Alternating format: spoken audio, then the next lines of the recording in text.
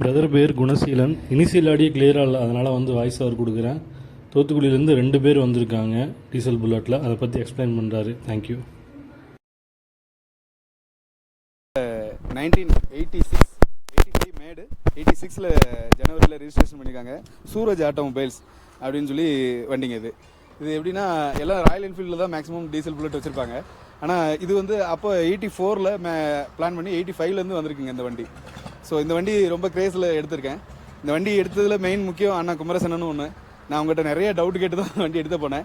So அது போக இந்த வண்டிக்காக நான் ஒரு 1 இயர் வெயிட் பண்ணியிருந்தேன். 1 இயரை வெயிட் பண்ணி இந்த வண்டி தேடி எடுத்து, அப்போ நான் எடுக்கையில் ரொம்ப இதை ராயல் என்ஃபீல்டாகவே கன்வர்ஷன் பண்ணிட்டாங்க. அதுக்கப்புறம் நான் கொஞ்சம் கொஞ்சமாக தேடி ஒவ்வொரு பார்ட்டாக ரெடி பண்ணி நான் இப்போ மறுபடியும் சூரஜுக்கே கொண்டு வந்துட்டேன். சூராஜோட ஒரிஜினல் ஸ்பேர்ஸை அப்படியே கலெக்ட் பண்ணி அப்படியே கொஞ்சம் கொஞ்சமாக வண்டியை ரெடி பண்ணியிருக்காரு. ஆமாம், வண்டி சூப்பராக இருக்குங்க. ரைடு பக்காவாக இதில் பில்லியன் ரைடில் ட்ரை பண்ணி வந்தாங்க. அது ரொம்ப ஹாப்பியான மூமெண்ட்டு. தென் இந்த ரைடு உங்களுக்கு எப்படி இருந்துச்சு? ரொம்ப எக்ஸ்பீரியன்ஸ்ண்ணா. இது மாதிரி நான் அனுபவிச்சதே இல்லை. நான் ஒரு லாரி டிரைவர் பேசிக்காக. இப்போ நான் கார் தான் ஓட்டிகிட்டு இருக்கேன். ஆனால் எனக்கு ஒரு ஃபுல் ஃபீல், எனக்கு மனசு திருப்தியாக ஒரு நல்ல ட்ரிப்பு. நாங்கள் வண்டி ஹில்ஸ் ஏறையில் பார்த்தீங்கன்னா ஒவ்வொரு வண்டியும் அப்படி வந்தது. அந்த பார்க்குறதுக்கு அது ஒரு கண்களாக காட்சியாக இருந்தது. நம்ம பார்க்குறக்கும் வண்டி ஓட்டுறதுக்கு அவ்வளோ ரைடு இதாக இருந்தது.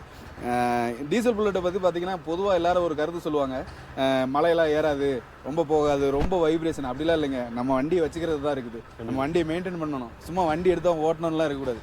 அதை பார்த்து இந்த வண்டி எடுத்தால் இன்னொரு விஷயங்க, நம்ம பாதி மெக்கானிக். ஆமாம். ரெண்டாவது நம்ம பிள்ளைன்னு நினச்சிக்கிறணும். அதுக்கு என்ன காய்ச்சல் வருதா, தலைவலி வருதா, அப்படி ஒவ்வொன்றா பார்த்து இது போயிடுச்சு, அது பண்ணட்டும், போஸ் மாற்றுவோம், அந்த பண்ணுவோம், ஏதாவது ஒன்று. நாங்கள் எல்லாரும் வந்திருக்கோம். இவ்வளோ பேருக்கிட்டையும் டூல்ஸ் இருக்குது, சின்ன சின்ன ஸ்பேர்ஸ் இருக்குது.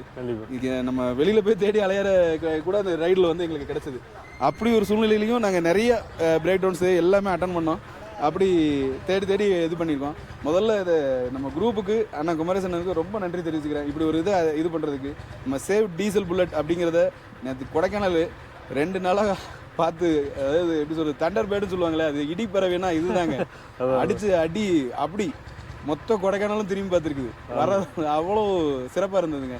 இது மாதிரி இன்னும் நிறைய ரைடு போகணும், மக்கள் நிறைய வரணும். நம்ம குரூப்பில் இன்னும் ஒரு 650 பேர்கிட்ட இருக்கோம். வந்திருக்குது ஒரு 25 பேர் தான் வந்திருக்கோம். இதில் வண்டி இல்லாதவங்களும் வந்திருக்கோம். இப்போ நான் எங்கள் வண்டியில் 2 பேர் வந்திருந்தோம். 2 பேரை வச்சுக்கிட்டு வர முடியும். ஒரு மலை ஏறும். டீசல் புல்லட்டு அதோட தனித்துவமே வேறு. எல்லாராலையும் வச்சுக்கிற முடியாது. வச்சுருக்கவங்களும் நல்லா சிறப்பாக வச்சுக்கிடுவாங்க. மெயின்டைன் பண்ணி வச்சுக்கிட்டிங்கன்னா உங்களுக்கு எந்த இதுவும் வராது. ரெண்டாவது, உடல் ஆரோக்கியத்தை பற்றி சொல்லையில் நம்மளோட ஆரோக்கியத்துக்கும் இது மெயின் தான். காலையில் நீங்கள் வண்டியை மெயின்டைன் பண்ணுறது எல்லாமே ஒரு புத்துணர்ச்சியாக வச்சுக்கிடுவீங்க. காலையில் இருந்துச்சோன்னா வண்டியை தொடர்றது தான் ஃபஸ்ட்டு தான் இருக்கும். அப்படி சிறப்பாக பண்ணணுங்க.